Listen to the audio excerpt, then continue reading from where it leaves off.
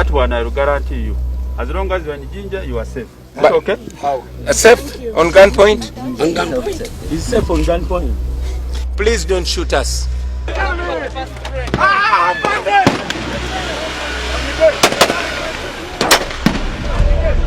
The sounds of tear gas, the sounds of the bullets.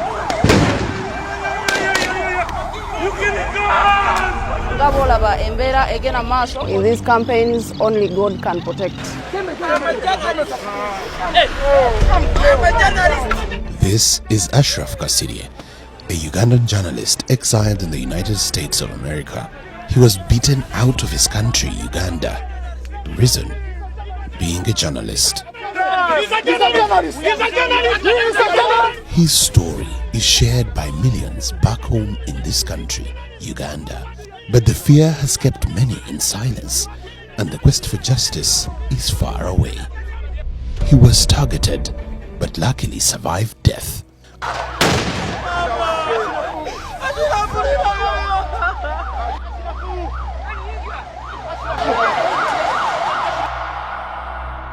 Ashraf has gone through lots of tormenting videos, listening to several accounts in the campaign trails, and has put together piece evidence for the officers and the security forces that targeted him and his colleagues for being journalists. My eyes were already irritating, so I told all of them that I'm a journalist.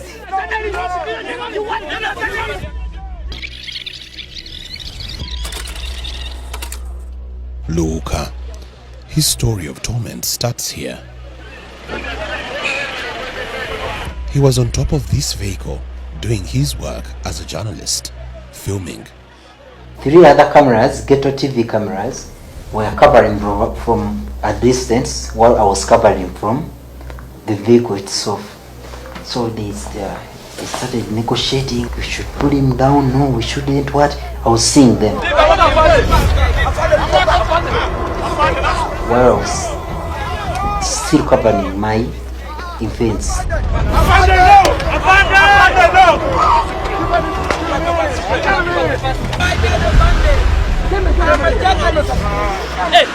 Ashraf was attacked. This brewed anger among his colleagues and caused a bitter exchange with police officers.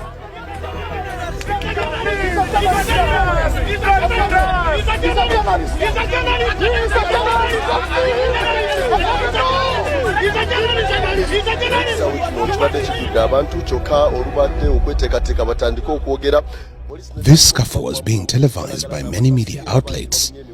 This is a live report, and the reporter was able to identify who was commanding this attack on journalists and Ashraf as an individual.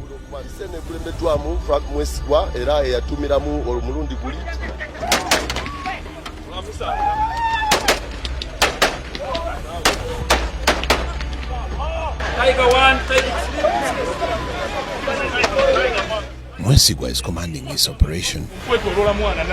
Ashraf identifies the commander, Mwesigwa. Scene by scene and frame by frame.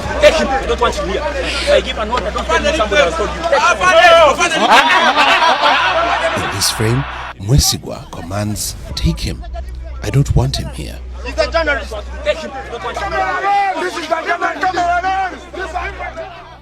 This was a command to arrest his colleague, well branded as a journalist and in possession of a still photo camera. The men in uniform immediately wrapped him. It's a struggle for survival.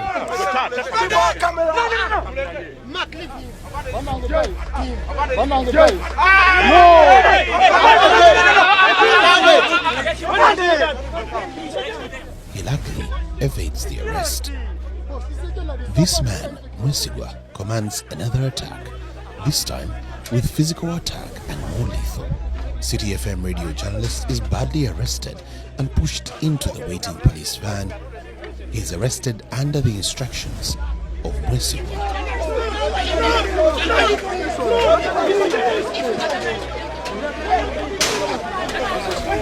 Afande Mwesigwa, what you doing and your people? No, Mwesigwa, please. No. What you're doing is Really? No. You shouldn't do that. I don't know why they arrested me. I tried to show them my press card, but they were not responding to me. They were just taking me inside. I didn't know which crime did I commit. I was asking them whether journalism is a crime. Yet we are serving the same profession, and they are manning security, and we are informing the public on what is happening around the world. This man, Mwesigwa, continues to block journalists from doing their work. Mwesigwa calls for more force against my colleagues.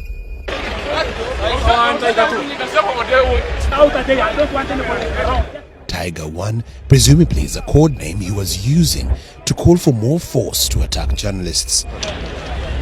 The men in camouflage immediately advance. It is a command.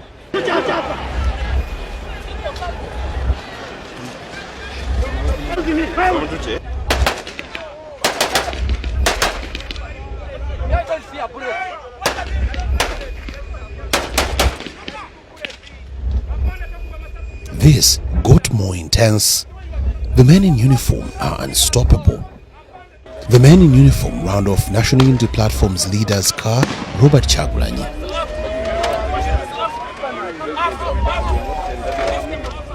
Mwesigwa is still seen taking a lead.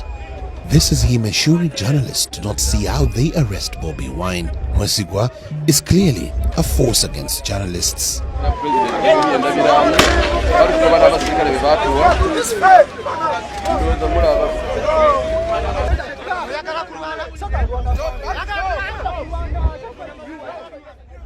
Bobi Wine is arrested. Mwesigwa is at the forefront. This black helmet, scampering voices, Mwesigwa cries against the ruthless man, Mwesigwa.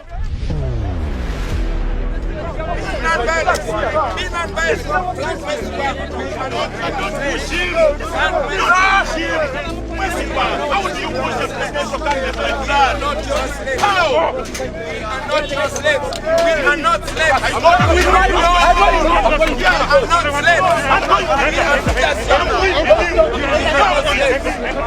We are not slaves. Come on. Let him come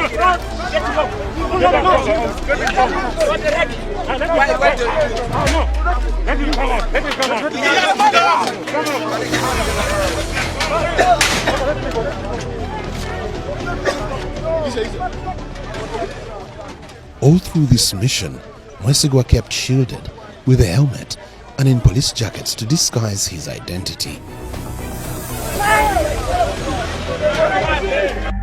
But let's look closely at this frame.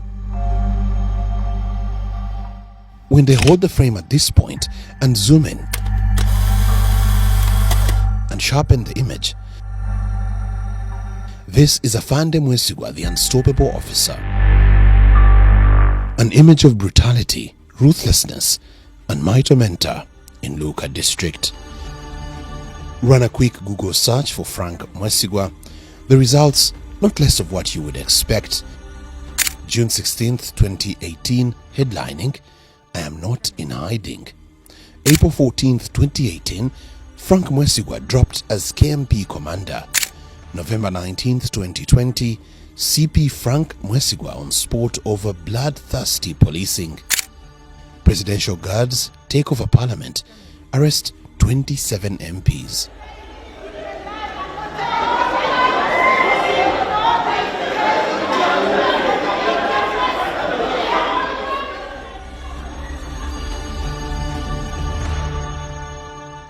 On September 27, 2017, Frank Mwesigwa, the then police commander of Kampala Metropolitan, led an attack of Special Forces Command plainclothed officers to pick, arrest and attack members of parliament.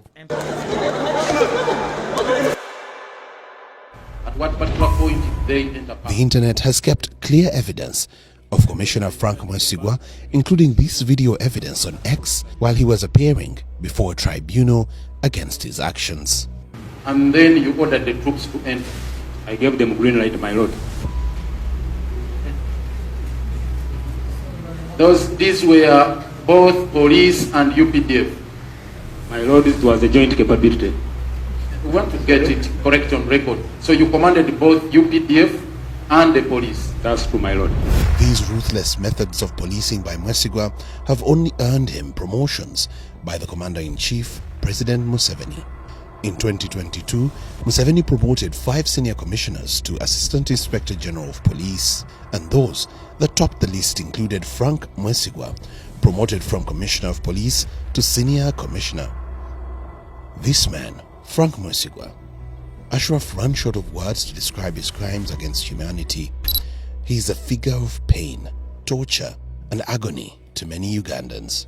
So, Mr. Frank Mwesigwa, rise up into your senses and get to know that you are a human being and do the right thing. It is not that we are targeting the media. No. We are trying to protect your lives. We are telling you there's a danger there. For you insisting you must go where there's a danger. Yes, we shall beat you for your own sake. To help you understand. Mwesigwa's character is a replica of another serving officer who nearly took my life in Masaka.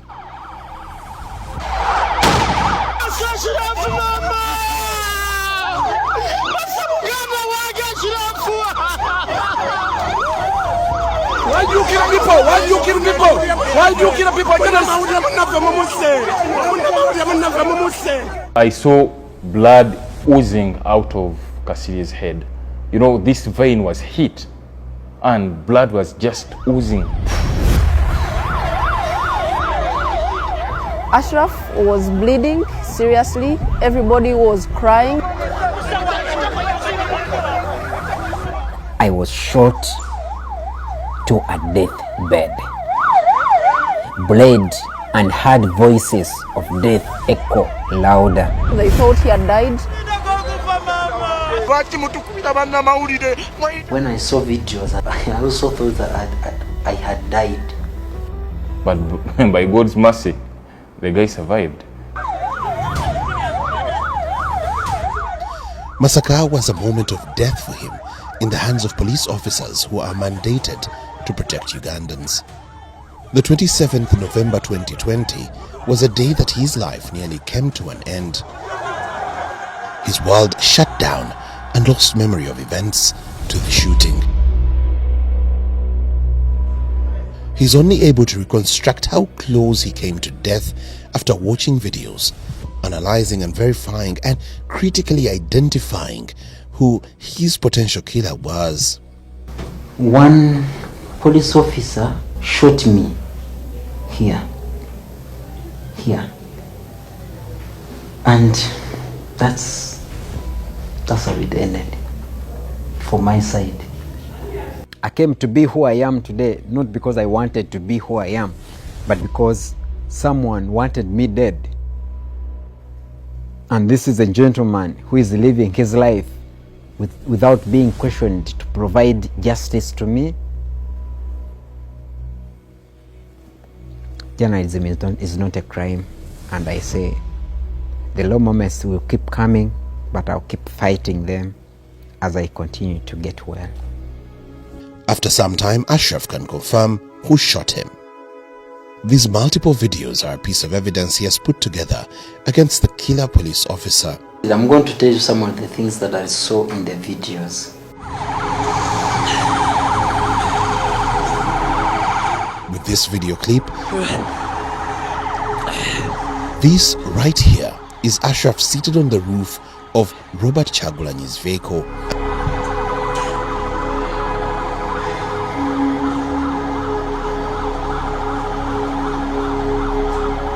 And when you look closely to the left is Chagulanyi's head protruding through the open roof of the vehicle. It is a standoff between the National Unity Platform and police officers. They are blocked from continuing en route to the campaigns.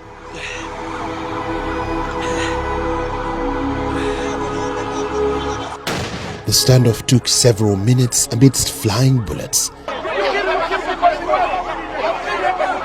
flogging and tear gas explosions. Moments later, Ashraf was shot at.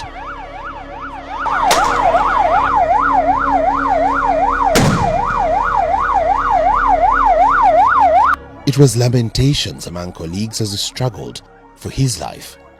This is him being carried around like a headless chicken. In here are two strange and unbelievable scenes of his killer cop.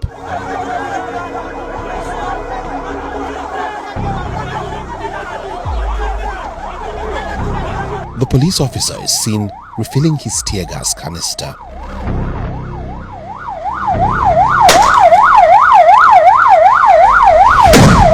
Look closely. He aims at this vehicle and the explosive aimed at his head.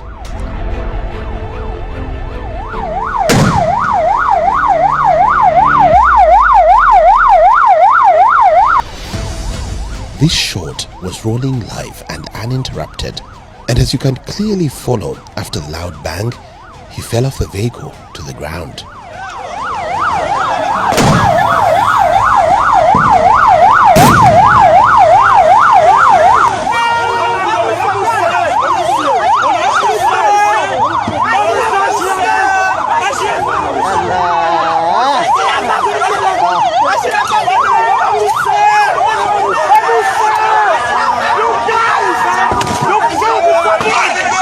With these two frames, I have seen who targeted me and clearly seen my fall of death.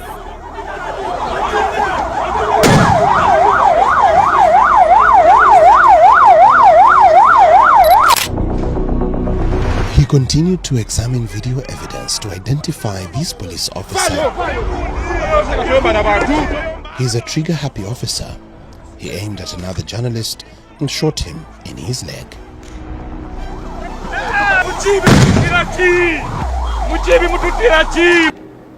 And direct, he shot at me here, upper thigh. He still have that scar. And all of a sudden, the guy wanted to shoot the second time. So his colleagues, I remember Mochibi from the Field Force Unit.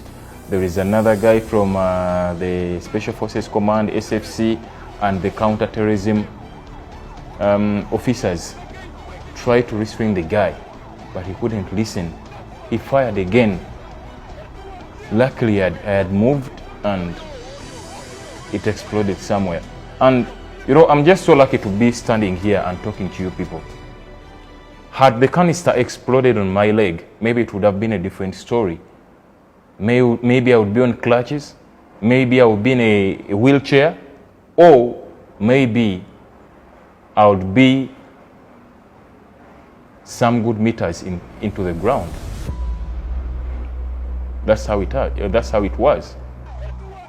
Ali Mifule is too lucky to be alive. This man in uniform is scavenging on journalists. You see what he's doing? He's telling them to shoot. Both sides. This frontal medium shot can shade his facial identity. At this point, we can identify his face. He has an armored helmet on and a white N95 mask, but has let open of where his peeps are placed. When you pay detailed attention to this frame, he has a name tag, Abaine. This is him. He shot at Ashraf. He's a killer cop.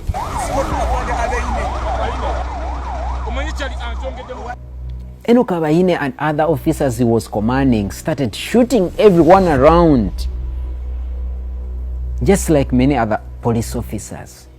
During the entire campaigns, I saw people being killed. I used to cover these people. I used to show videos of these people being killed. So many officers, including Enock Abaine, I'm just asking you guys, aren't you human beings? Don't you think if one day you're commanded to do something that you think is unhuman, you can change it or refuse to do it? And say, no, I can't kill that person. No, I can't torture this person. Enock Abaine is one of the cadets who rose into ranks so quickly to where he is now by doing criminal cases by being involved in criminalities. He's getting tensed up for his actions. Abaine now wants to disguise his identity. He's seen putting on a police jacket. It is too late. He's been closely watched and identified. He's a character and image of torment, murder, and disgrace to the security forces. He just shoot at someone doing their job. I think that was very, very unprofessional of Abaine, and I condemn it in the strongest terms. And I think Abaine should be punished. Police officers, soldiers who come out and shoot innocent Ugandans, beat innocent Ugandans, should be able to answer questions of accountability, should be able to hold on to the questions, and maybe sometimes should be able to stand in the courts of law and go to prison for their crimes. Ashraf, I think he wanted evidence so that he can get maybe asylum in UK where he is. Those are just lies. Abaine Enock is still a serving officer in the security forces who poses as an expert on security awareness and security operations management. He is a former student of Makerere University, where he, through his social media platforms, indicates to have been since 2018 to 2020. Abaine served as a regional police commander of Masaka. Strangely, he was rewarded for his criminal actions and appointed commandant of the Environmental Protection Unit. Decide you are alone in the hospital. I felt this kind of pain. I could sometimes move out of my bed and go to the bathroom and look into the glass to look at my head. I cried. I continued not to hate, but I'm failing to get the right word. But Ashraf's resolve for journalism is growing stronger day by day. In the fight for his life, he has since moved out of Uganda to find better treatment in the United States of America. Today I have an appointment with my doctors, and I'm going to see my doctors to get a review of the surgery I got now 5 months ago. Next month I'll be making 6 months.